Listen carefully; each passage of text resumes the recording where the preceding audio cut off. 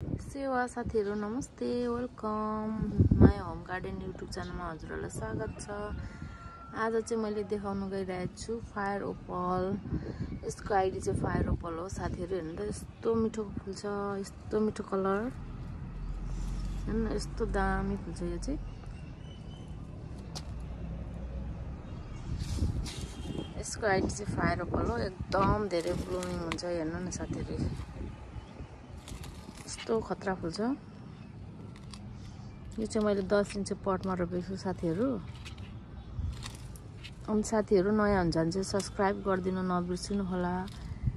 पुरानो साथीहरुले like comment share गरिदिनु होला। हेर्नु न साथीहरु, यसलाई चाहिँ फुल सनलाइट आउने ठाउँमा चाहिँ राख्नुपर्छ साथीहरु।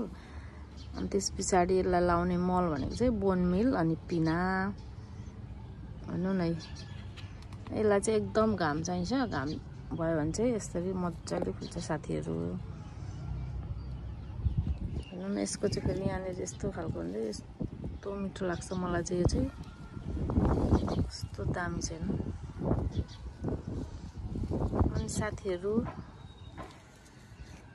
हजुरहरुलाई चाहिन्छ भने यसको बिरुवा पनि एभाइलेबल छ है साथीहरु।